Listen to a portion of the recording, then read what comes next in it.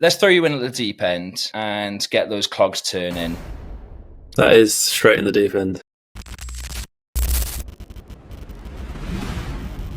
I think there's two things. The first one was something Solardo, when they first broke through, sort of mentioned to me at a meal. It was basically, your sound is so unique, but I can't define what exactly it is. Say, I've never said this before, but this is like the secret. It's What would you say is your best Ibiza story? I don't know if I could tell it, to be fair. Like most of the story. Hey, listen, everybody watching this has Ibiza at the centre of their heart, and they've probably seen a lot worse. I think it was I think it was like the second week I was there.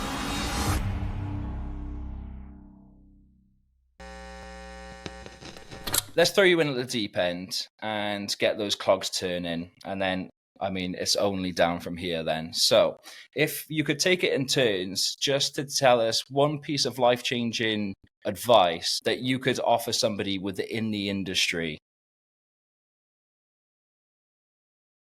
that is straight in the deep end. This is how we like to roll. I think something we did, because we kind of had 5 years at the beginning where we would just sort of release one track, not do a lot else, kind of follow trends a little bit as well. And I think there's two things. The first one was something Solardo, when they first broke through, sort of mentioned to me at a meal. It was basically, they had 12 tracks ready to go. So they'd made all these 12 tracks in a fairly similar style, and they just banged them out one after the other on different labels, got this audience, and they just kind of really rolled a bit from there. Like, a lot of people don't have that in their locker when they first sort of break through. So there's always a bit of a gap. What is everything? Basically just to sort of work on like an individual sound, something unique. Because I can't remember the data, but there's so many thousands, tens of thousands of tracks released on Beatport and stuff every week. And if you don't have something unique, you're going to be stuck with that crowd, really. Yeah, that comes up quite a lot when we're speaking to DJs about finding your unique sound and sort of sticking to it, because otherwise what you find yourself doing is like sort of chasing the trends and following what somebody else is doing. But realistically, by the time that you've got there and you've like sort of nailed that sound down, then it's moved on most of the time. So if you can actually be true to yourself, then yeah, I think that's huge advice. What about you, Dylan? Got anything to add there?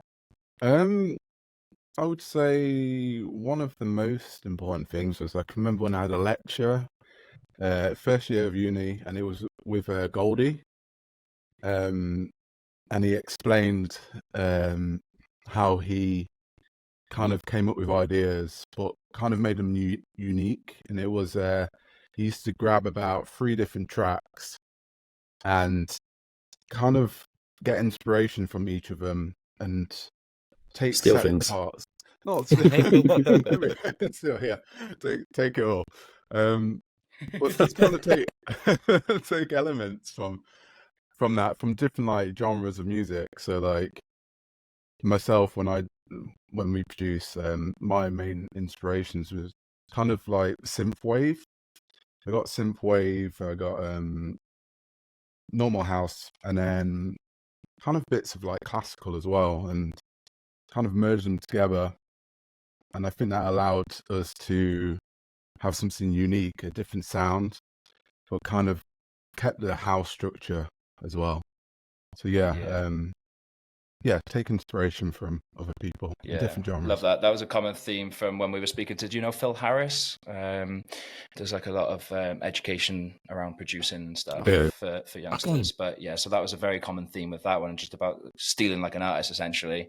We were actually on the Afters podcast. I'm not sure if you've seen it. It's a brand new podcast for DJs. Yeah, so we were on there yesterday. That was really good fun. And they asked me if I was a DJ, and I was telling the story of when at the start of lockdown, I installed FL Studios just to have a little go myself, and that was exactly what my game plan was going to be, because I also come out in the lovely Laura podcast that I'm actually an avid classical music fan. It's not so much secret anymore.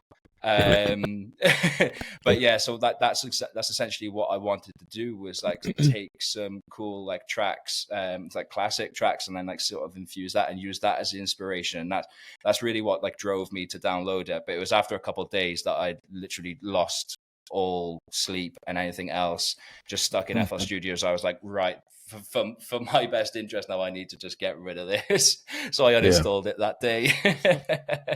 And that's the end of your producing story. That's where it lasted.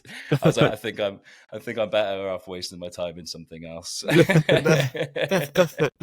Just think of the tracks that could have been made. You never know. Well, I guess so. Yeah. Sorry, guys. Sorry to disappoint.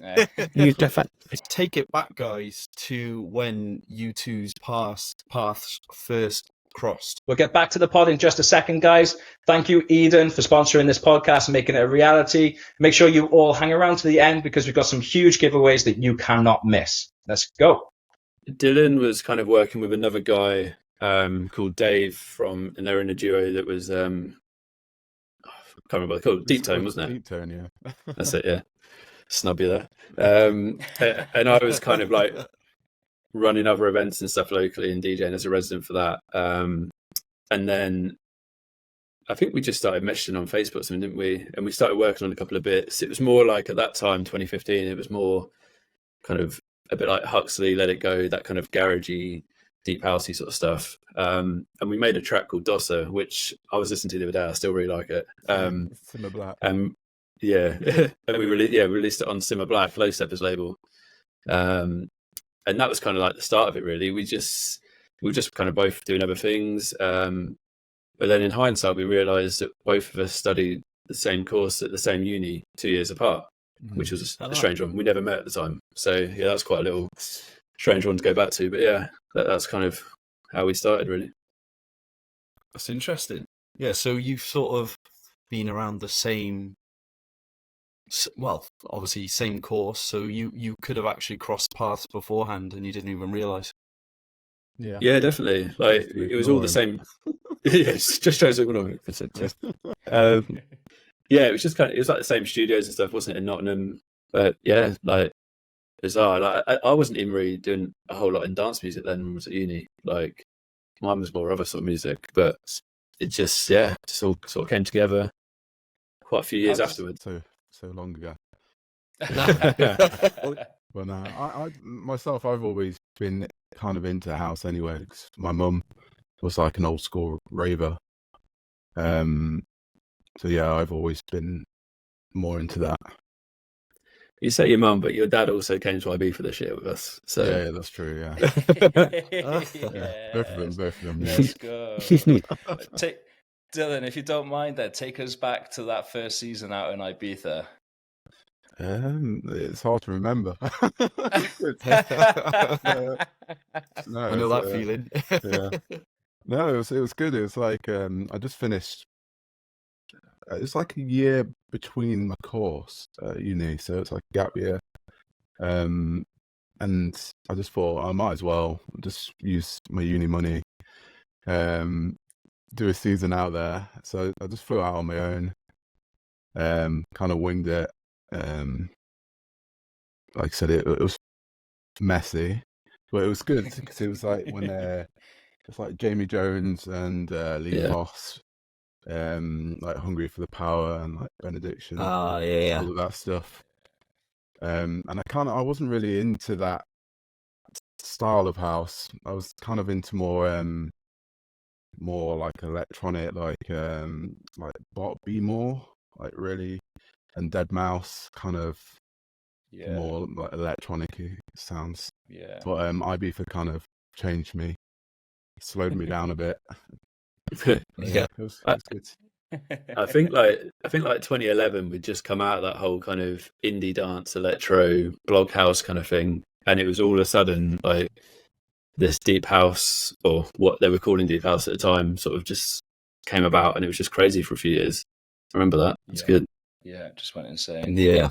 So you went on a little character building trip out to Ibiza. Mm-hmm. What was like the main focus? Were you going out there with like anything in mind? Were you trying to sort of like network, or was it really just get out there and just have a bit of fun whilst you can?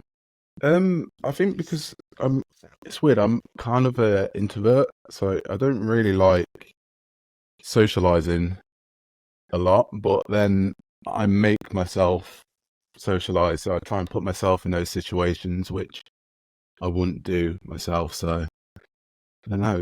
It's more of like a spur of the moment thing, and I never went to Ibiza, and obviously my mum, I said earlier, she was a raver, and she always spoke about Ibiza and how she loved it. So I just thought I need to go.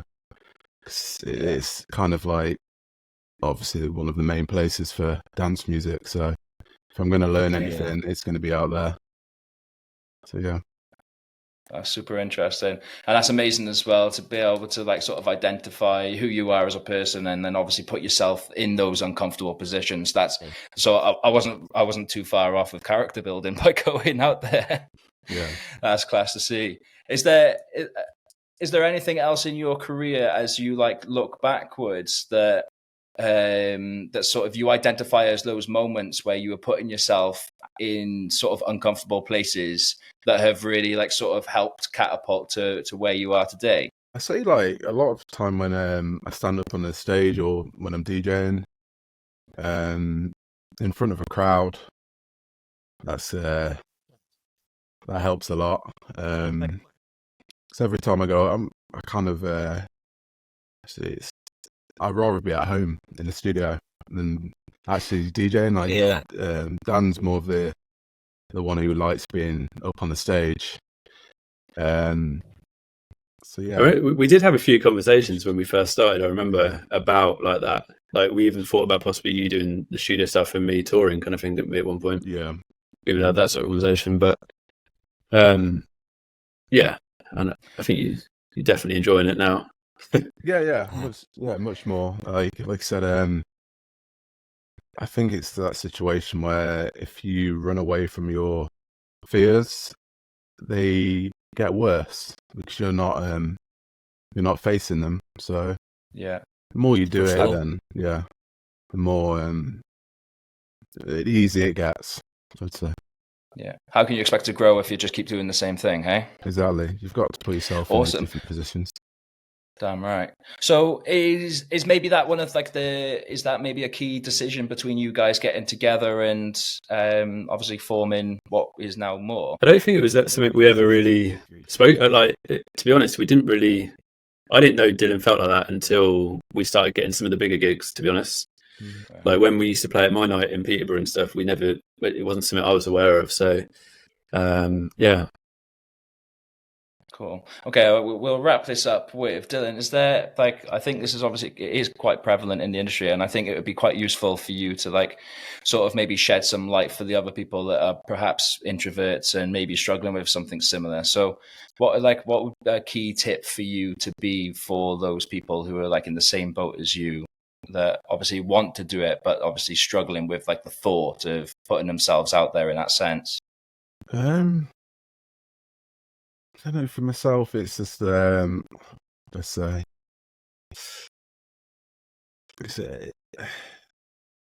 it's firstly, I think you've got to be aware of it yourself. Like, you've got to admit to yourself that you're like that, because a lot of people just put it off and avoid it. But no, like I said before, it's just putting yourself into those positions, doing awkward stuff, like things which you just wouldn't want to do. It's a lot of takes a lot of time, a lot of hard work. But I don't know, it's confidence within yourself. Like I said before, I was doing the DJing. I made myself do promotion work as well. So, the shop people, they go around with shots and stuff. So, I don't know. It's just doing those things. So it's just putting yourself out there, really, like you said, in the situations which make you uncomfortable. And then you gradually get more confidence. And then you think, right, okay, I'm going to reach out further. put myself in another one of those scenarios and just building blocks from there. Yeah, it's just gradual steps, and then you can't jump straight into it, like put yourself in a massive situation where you end up breaking down. So it's just slow and steady. Setting little goals, that's it. Setting little goals, achieving them. I think, Lewis, you can speak on this. I think we were speaking about it in the car on the way back from the Afterscast yesterday, weren't we? Yeah, definitely. Yeah, I'm the same. I'm really introverted, and I struggle to speak about myself as well. Like I can talk about other people and about other different scenarios and stuff, but as soon as it's directed back on me, I'm like, whoa. Well, we touched briefly on some advice that you'd give to yourself would be to find that unique sound. Now, and then obviously, Dylan, you followed up with finding that sort of collective inspiration and pulling pieces together.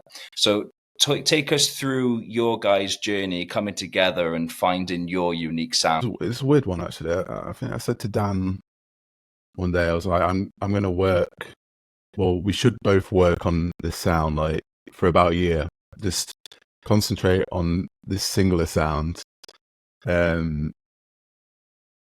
And it will take a long time, but I think it'll be worth it. So, and that's what we basically did over time. Just got our favorite artists, like a lot of electronic people, and then tried to work with a lot of software and hardware. And that's why I got the Moog behind me. And it's I guess it just gives you that more unique sound that people wouldn't have otherwise. But yeah. I think the first kind of time we did that whole art kind of sound was on a track called Back in the 90s, which we sent to Steve Lawler for a friend, and he closed, what was Sankey's called? And it's like his last year. Octan, wasn't it? Octan, yeah. Octan, yeah. Yeah, that's it. Yeah. So I think he closed his residency with that track, and we got sent a clip and stuff, and we're like, oh, this must work, sort of thing. And like, it was very different to everything that was out there. And then it didn't get released until like April 2020 or March 2020. And then obviously every single club around the world shut a month later. So that release didn't do very well. But I think it kind of gave us the insight that sound worked. So that's when we started working on other bits like it, like Set You Free. So that's kind of where that came from as well. It's really interesting. I was saying to Josh about this, like your sound is so unique, but I can't define what exactly it is.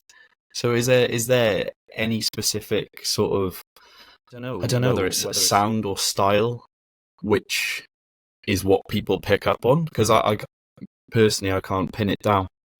Well, I think something you said that was quite interesting that I haven't heard before was when you were working on your sound, you went and got the software and the hardware. So like, take us through what that is. I'd say I've never said this before, but this is like the secret. Well, partially the secret is it's the distortion of. Because a lot of people forget about the distortion or the elements of distortion. So it's kind of like a lot of filtering. How do I explain it in simple terms? It's you calling me simple? I'm not You'd be damn right. I'm sorry about that explaining thing. It's kind of like it's like an extra layer, like and I noticed in a lot of popular tracks or tracks which have done well, they have this element of distortion. It just gives it a lot more life and texture. And like I said, with the Sub 37, the Moog behind me, it has that element, and that's why that Moog sounds so unique. Like Bodson, he uses it in most of his tracks, and it just has that sound. There's elements, but kind of drag, like Goldie said, with the tracks of taking elements from artists or like genres. I did the same kind of thing with synths. So I took 3 of my favorite synths and took elements from those and then combined them together. But I think a lot of people couldn't be bothered to do it. It's a very tedious task to do. But like I said, that's why it took so long to come up with the sound, because it's just making all of those synths work together. Yeah, that's it basically. That's it. Love that. Just not afraid to do the work that others are. That's why you can sound unique. Yeah, respect that a lot. You got anything to add to that, Dan? No, I thought he was going to share the secret recipe then. I thought he was just going to tell you. I thought you looked concerned. Yeah, I'll do that. It's our USB.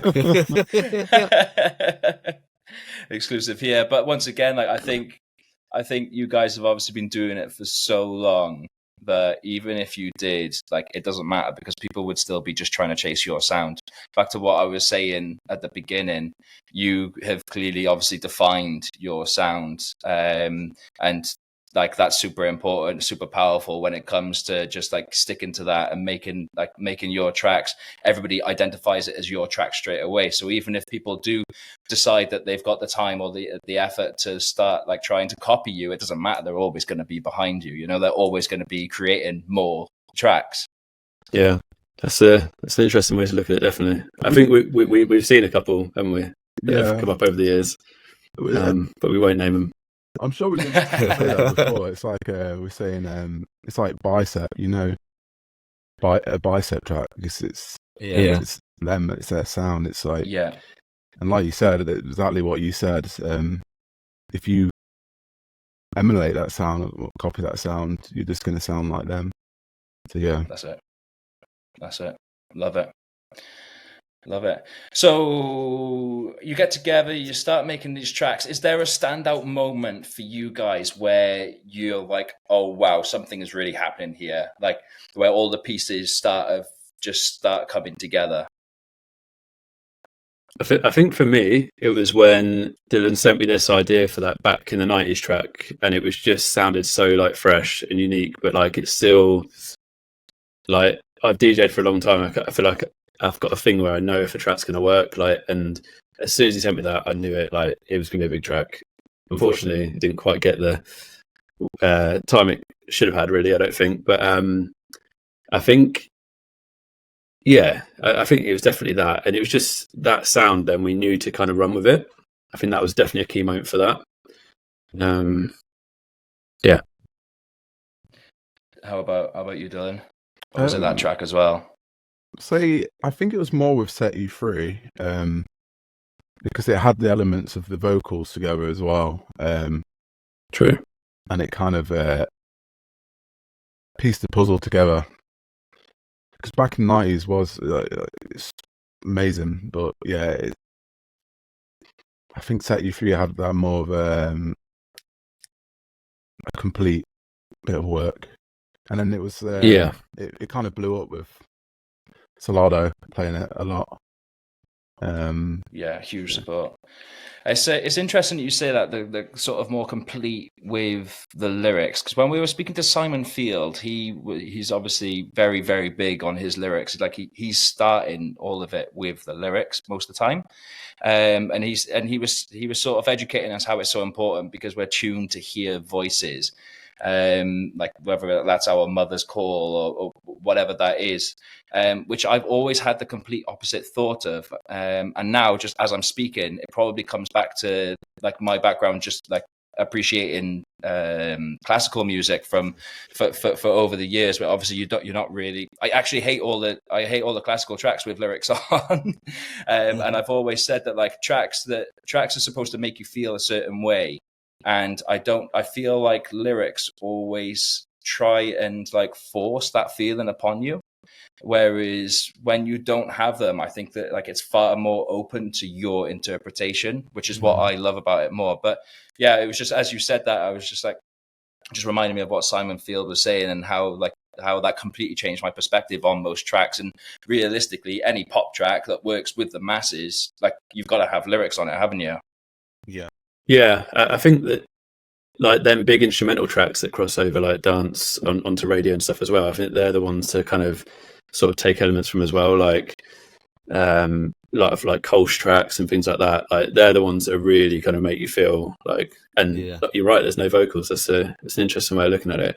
But I think as well, like, I'm quite big on the vocal side of things, and I see the vocal as like probably the most important instrument on a dance track in a way as well.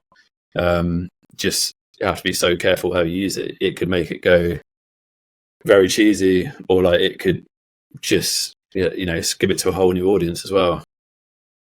Yeah, sure. Definitely. You touched on your Back in the 90s track being stepped on because of obviously the lockdown. How else did that affect you guys? Because what we're sort of seeing across the board is, initially it was super negative in terms of like stepping on your track, by closing all the clubs and whatnot. But on the other side, as you look back and sort of connect those dots, what were the other main impacts of lockdown?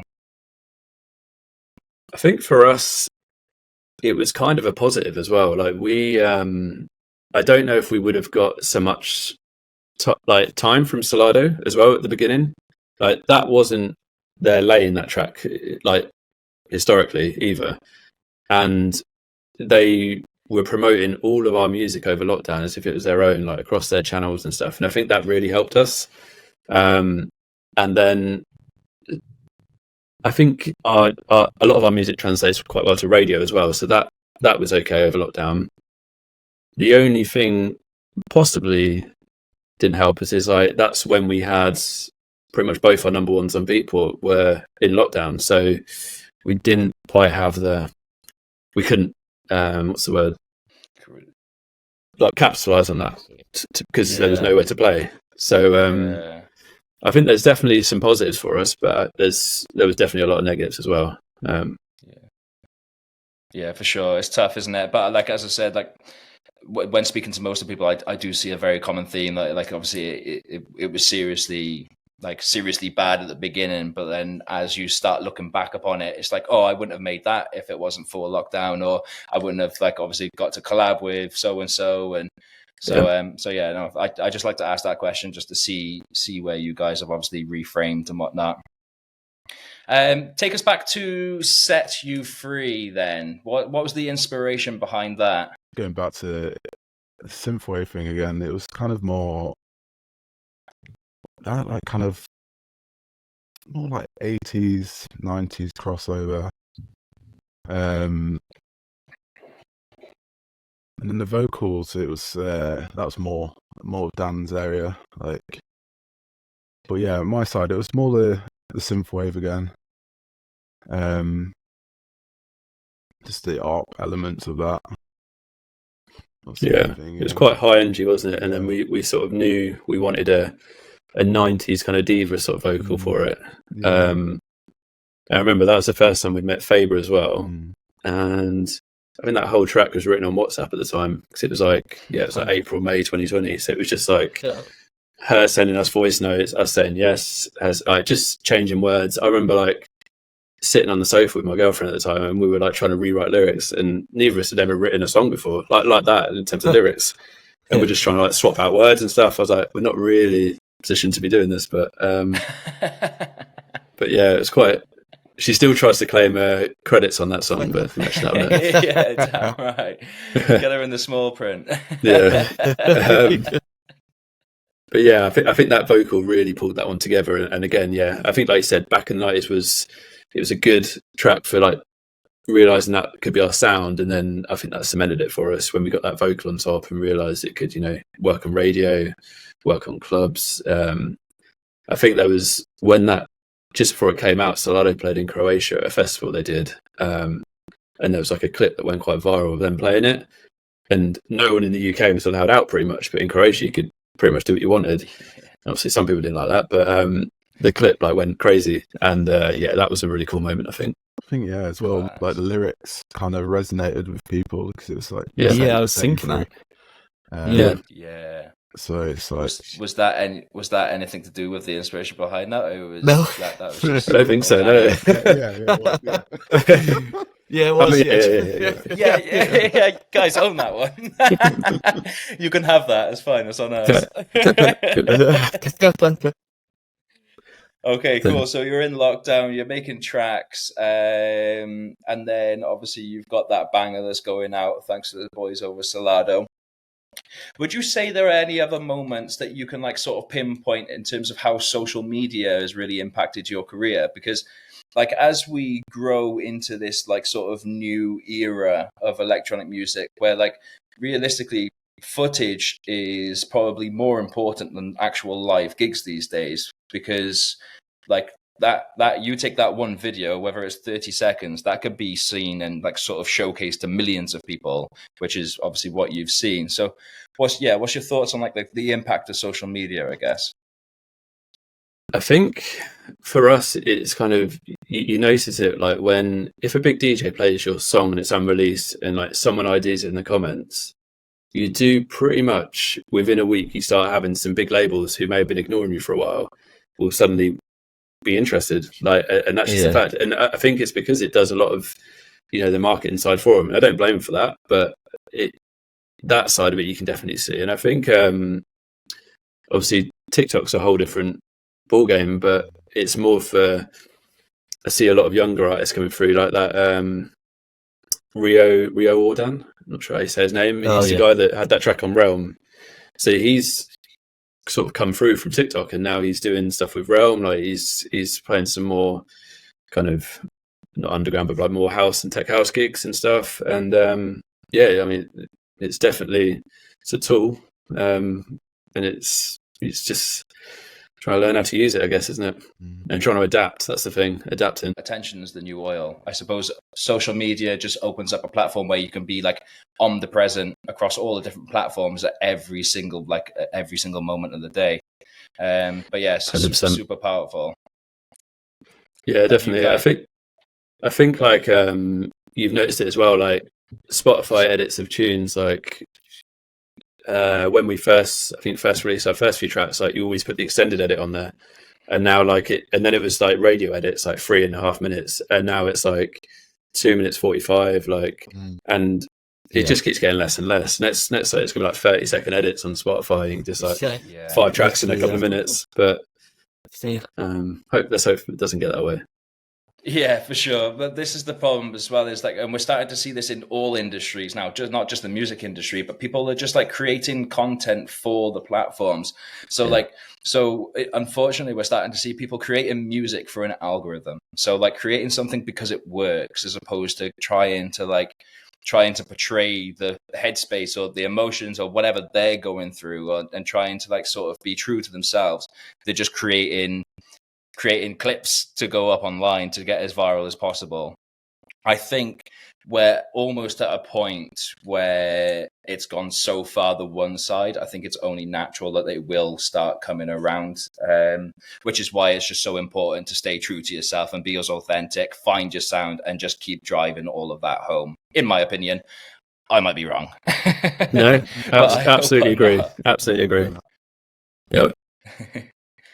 Got anything there, Lou? No, it's interesting, really, because there's quite a few songs that break through now only because of, say, like TikTok or something. There's a little segment that is used, like, say, the drop or something is used, and just goes super viral, and then people end up finding out about the track then, and then it actually turns it into a successful track just based off of that. Then. Yeah, well, we're seeing people creating loops and stuff for TikTok, and then it's going super viral, and then they're just making the rest of the song just to put up on Spotify. It's insane. So as you obviously we were talking about lockdown and whatnot, and as you come out of there, of course, all the clubs start opening back up. You guys hit the road running. And you get to play at a tiny little festival called Tomorrowland. Walk us through that. What does that feel like, coming out of a time where obviously we've all been like confined to our four walls. Everything's starting to open back up again. Where are your heads at when you get that call? I think that was definitely more on Dylan's radar than mine at the time, wasn't it? Like, I think, I don't know, I obviously knew what Tomorrowland was, but I think I was quite down a sort of a bit more of an underground route in my head. Like, I've been promoting events in that sort of space for a long time. So, like, in my head, I think Tomorrowland was still quite EDM, but as soon as like that came through, I started looking at it, and Dylan was absolutely buzzing. And we like the lineup was incredible, and yeah, I think it was just one of them moments, wasn't it? And I think they then put us in artists to watch in 2021 as well, didn't they? In January. Yeah.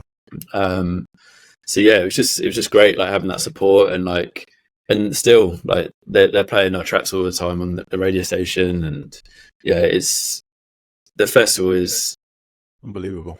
Never experienced anything like it.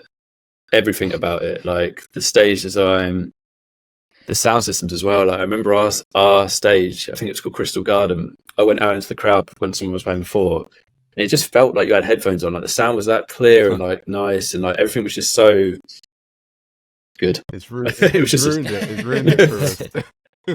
Yeah, it's ruined it. Yeah, it's going to be better. We hit the pinnacle too early. So was it before or after then when you played out in Ibiza?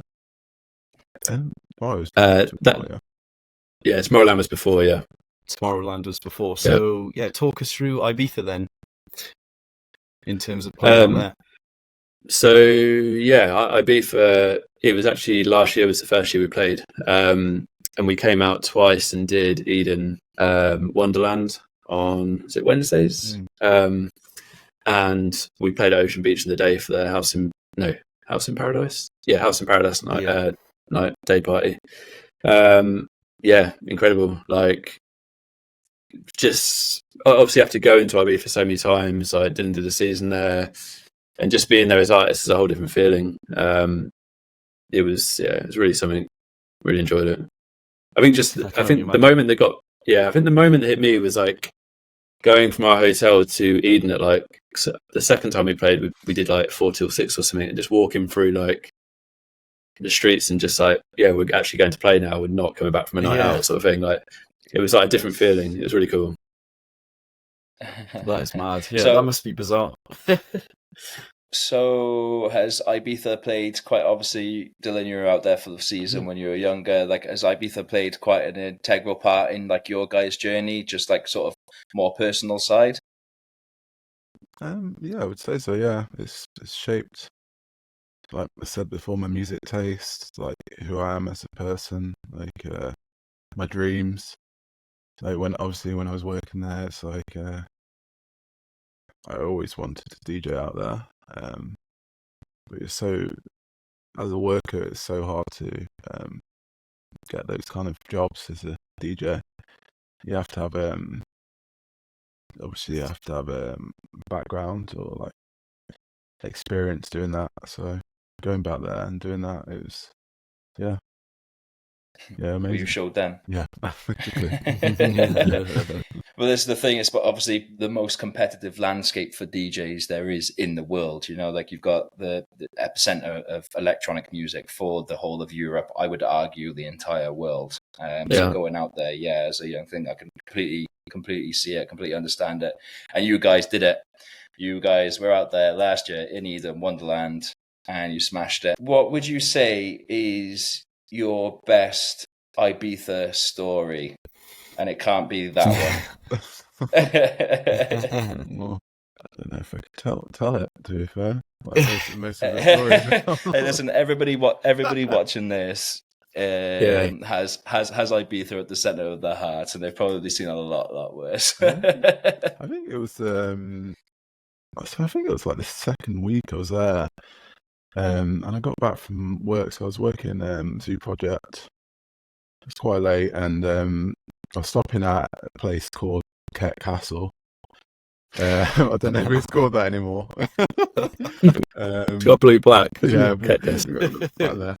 I was going back to my apartment, and bumped into somebody on the way, and they were like, "Oh, we're having a party on the roof. Do you wanna come?"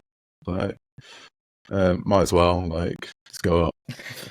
Party was good, lasted a while, and then I think it was next morning. It was about 5 in the morning. It's like, I've had enough. I've got to go back now. Went downstairs, bumped into somebody else, and they were like, "Oh, there's another party going on. Do you want to come to it?" I was like, yeah, might as well. Went up there, and the first thing which was odd was I looked on the sofa, and I was like to my mate, "Is that Bradley from S Club 7?" And then he was like, "Yeah, he had a session last night. He had a party last night." I was like, "Okay, then that's a bit odd. Like, I can't leave on S Club 7." It got kind of carried on, and then it got a bit weirder when it was Pritchard from Dirty Sanchez. He was there, and they were saying, "Oh yeah, he's always out here. Like, he's always around." Same with Bradley, to be fair. I think he's got a studio there or something like that. And yeah, it got a bit. It got very messy, and then it's going to get messy if I can't remember the rest of it. But yeah, nice. Yeah, it was fun. It was cool. Love it. That just sums up Ibiza as a whole right there, doesn't it? Getting in from work, going to a rooftop party, had enough, going to another party, and bumping into S Club 7 session on the sofa. Let's go. Your turn, Dan. I can't really think of anything like massively crazy apart from just probably stories most people have, but like I think a really cool story that I just had Walker and Royce, US artists. They played an event in England, and then it was their first time visiting Ibiza, so we went over to see them, and we'd been out somewhere, I can't remember where, and then a guy I was with, Jem, he had a call basically saying that there was going to be a little private beach party thing, free entry. They got a couple of guest DJs, and we were like, yeah, let's do it. Like, we all went there, it was sick. And then Luciano starts playing, and probably the best set and one of the best parties I've ever been to in my life. Like, it was just like, I think it's because it was so like low key. Like, there was no massive LED walls, there was no pyro. Like, it was just a cool beach party. I think it started at like 3 a.m. or whatever. Probably back when Ibiza had a bit less restrictions and stuff. And yeah, it's just one of them. We just remember it. Like, just one of them moments, I think. Definitely. Yeah, I feel like they're always the best, just like the sort of off the cuff, spontaneous ones where you're literally just stumbling across something going on the beach. Everyone's come together last minute. I've had some magical moments with the sun up out in that place for sure. Yeah. I think it's also important to obviously show, share your ups, but also your downs as well. Just for the people out there, because when we were speaking to Ben Santiago, he was talking about one of these gigs that he had done that was an absolute flop, and he had messed up with on the decks and stuff, and he was just obviously getting in his own head.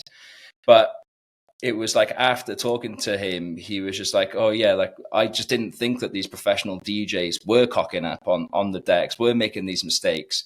So he started taking this videographer around with him everywhere he's going, and and now for him, he's always just oh, how do you think that was? And then he's getting an honest review now from his thing, because he gets you get so worked up, you get so in your head, caught up sort of in the moment, and you think you might have a bad sort of event. So now he's taking this videographer around with him to remind himself that 9 times out of the 10, if you're a DJ and you cock up on the decks, 99 out of 100 people don't have a clue, and then the one person that does have a clue is probably a DJ who completely understands it. So what would you thinking back? What would you think of some of the, not so much worst gigs, but some gigs where you sort of step out of and you're wow, what was that? Yeah, I think I've had a lot maybe pre-Maur, because I was a resident for 10 years, so playing before everyone you can imagine, and also like the technology has changed a lot lately. Like it's a lot harder to mess up more recently. Like the first CDJs, the first USB CDJs, like pulling a USB out was like every set, like the wrong one and stuff, because it wouldn't flash, or like there was no indication of which. So you'd be like, and just pull one out, and the music would stop. There was no emergency loop either. Like, so that used to happen a lot.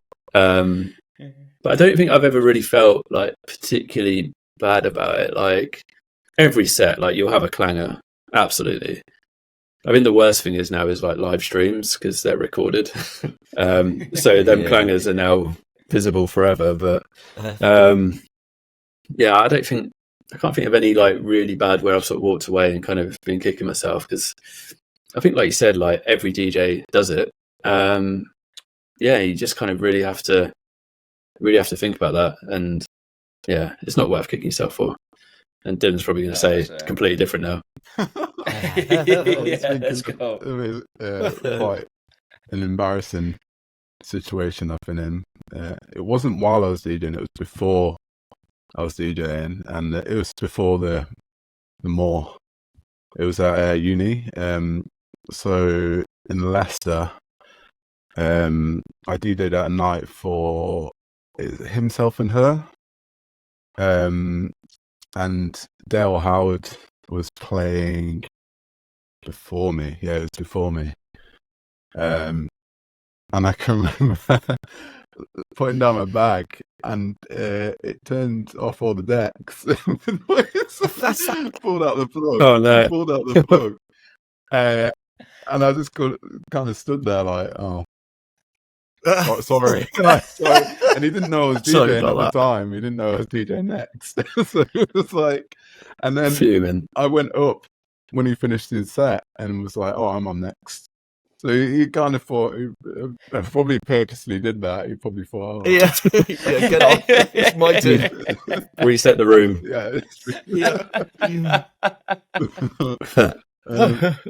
No, I don't know.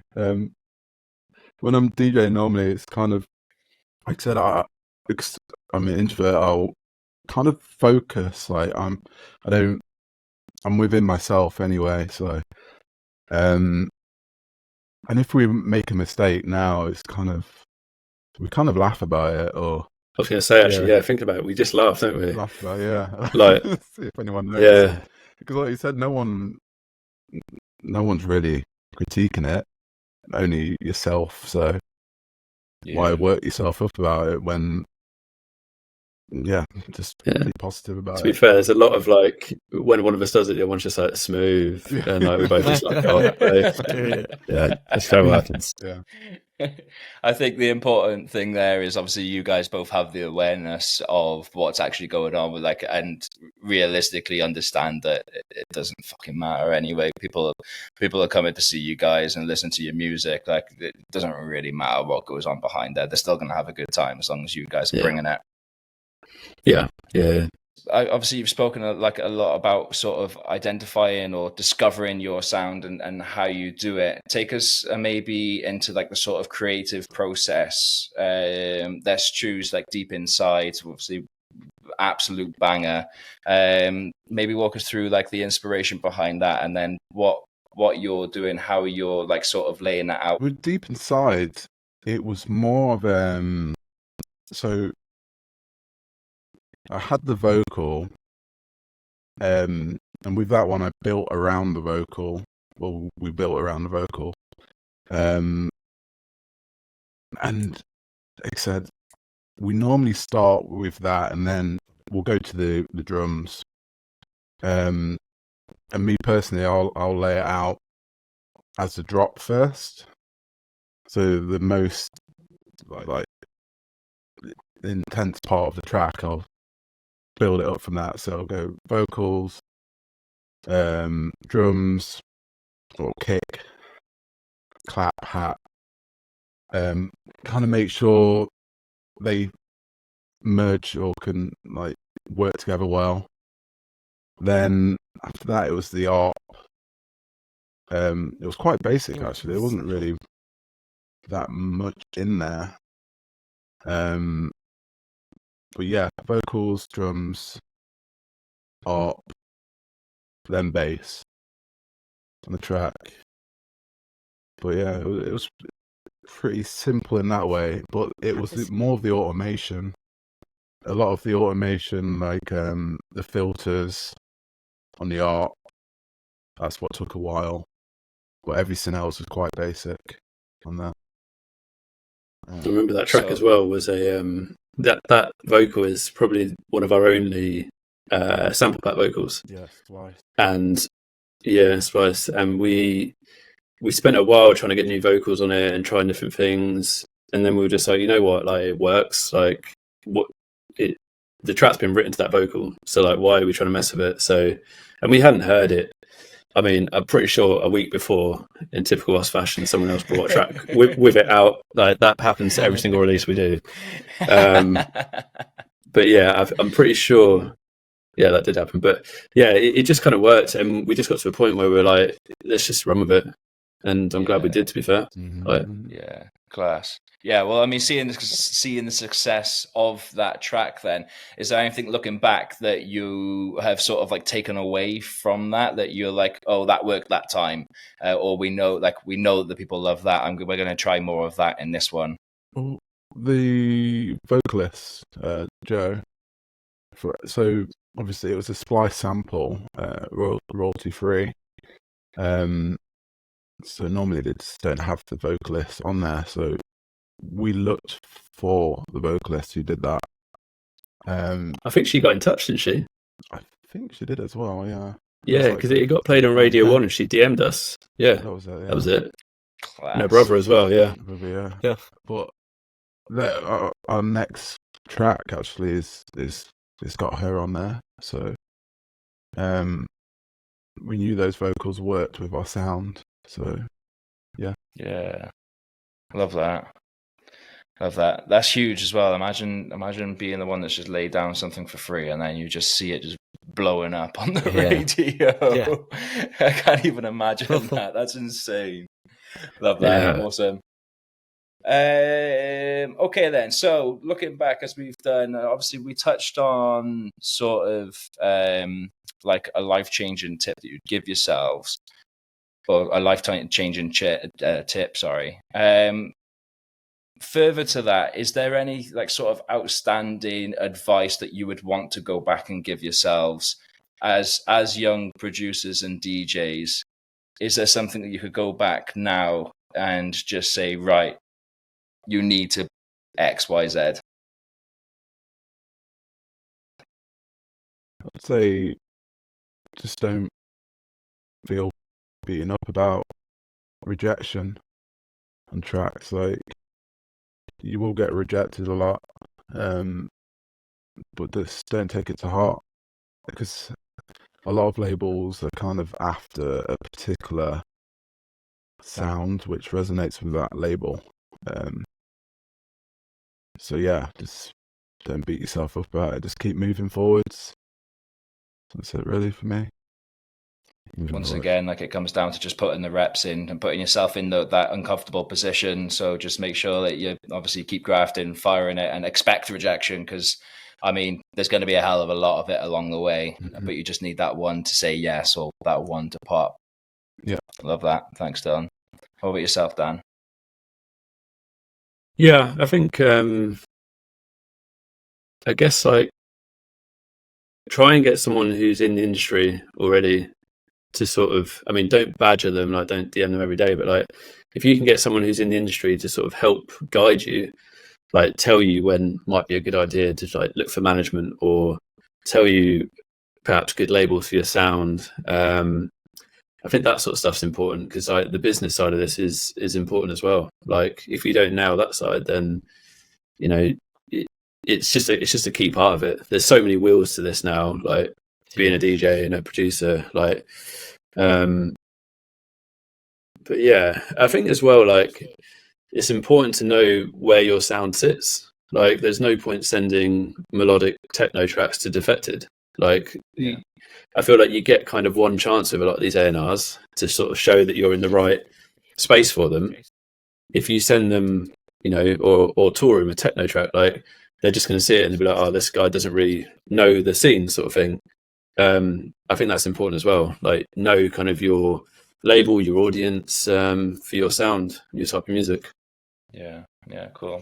You mentioned there, I think obviously you're talking more like team wise or business strategy side of it there, but obviously you guys have seen a lot of support from Solardo, as you mentioned a couple of times in the podcast. How did that sort of come about, and what has that sort of meant for you guys?